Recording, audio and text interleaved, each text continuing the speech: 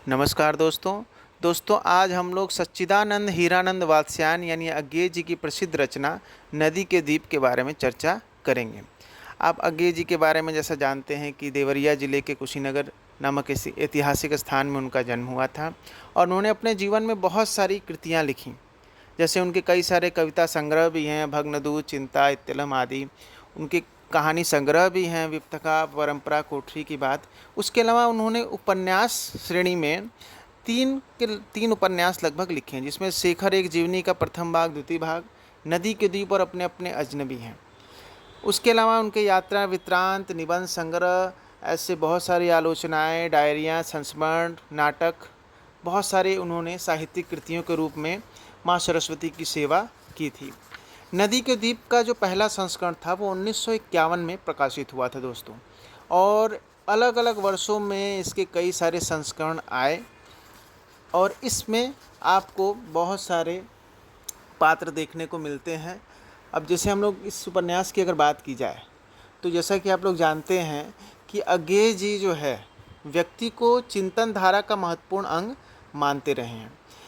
उनके कहने का मतलब ये रहता था कि कोई भी व्यक्ति जो है वह इस समाज में जिन परेशानियों को झेलते हुए, जिन मानसिक अंतर्द्वंद्वों को झेलते हुए जिस प्रकार अपने को परिपक्व करता है और जिस प्रकार की जो पीड़ाएं वो झेलता है और जिस प्रकार से उन पीड़ाओं के माध्यम से उसके व्यक्तित्व का विकास होता है, वो सभी चीज़ों के बारे में अज्ञेय जी लिखते हैं। और इस उपन्यास में ऐसे आपको बहुत सी परिस्थितियाँ देखने को मिलेंगी, मानसिक अंतर्द्वंद देखने को मिलेंगे, प्रेम और प्रेम से उपजी पीड़ाएं और उससे उपजे बहुत सारे ऐसे परेशानियों के बारे में और उसके होने वाली अनुभूतियों के बारे में आपको पता चलेगा जब आप इस उपन्यास को पढ़ के ख़त्म करेंगे।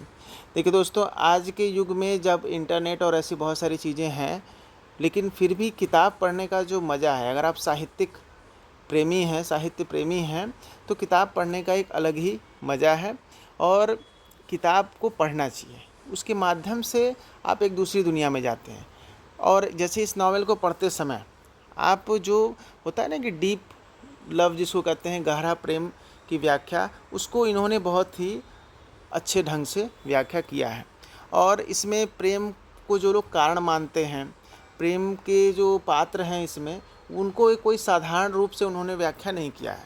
उसमें उन्होंने बहुत सारी गहरी संवेदनाओं से भरे हुए रूप में उनको एक तरह से उन प्रेम की खोज के बारे में इस उपन्यास में बात की जाती है। इसके बहुत सारे सामाजिक आदर्श भी हैं, जिस प्रकार से दुख और पीड़ाओं से आदमी मजता है, मांझ करके दुख पीड़ाएं आदमी को एक परिपक्व व्यक्ति बनाती हैं। ये सारी चीज़ें आपको इस उपन्यास के माध्यम से देखने को मिलती हैं। और जहाँ तक अज्ञेय जी की बात की जाए तो आप उनकी कविता संग्रह और भी बहुत सारी चीज़ों को जब पढ़ते हैं तो उसकी बहुत सारी चीज़ों आपको इसमें भी देखने को मिलती हैं। जैसे कि इनकी एक लाइन है इसमें, हम सब नदी के द्वीप हैं, द्वीप से द्वीप तक सेतु हैं, सेतु दोनों ओर से पैरों के नीचे रौंदा जाता है, फिर भी वह दोनों को मिलाता है, एक करता है।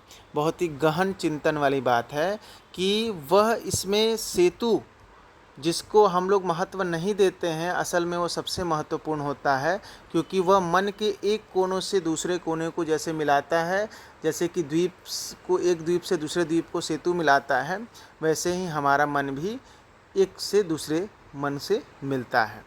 तो उनके कहने का मतलब आप अपने स्तर से लगा सकते हैं कि मन को वह एक सेतु मानते हैं, और इसी तरह से उपन्यास में इसी चीज़ के द्वंद्व को दर्शाया गया है। तो आप ज़रूर पढ़िए दोस्तों। और अब मैं वीडियो ख़त्म करता हूँ और अगली बार आपसे अगले वीडियो में मिलता हूँ।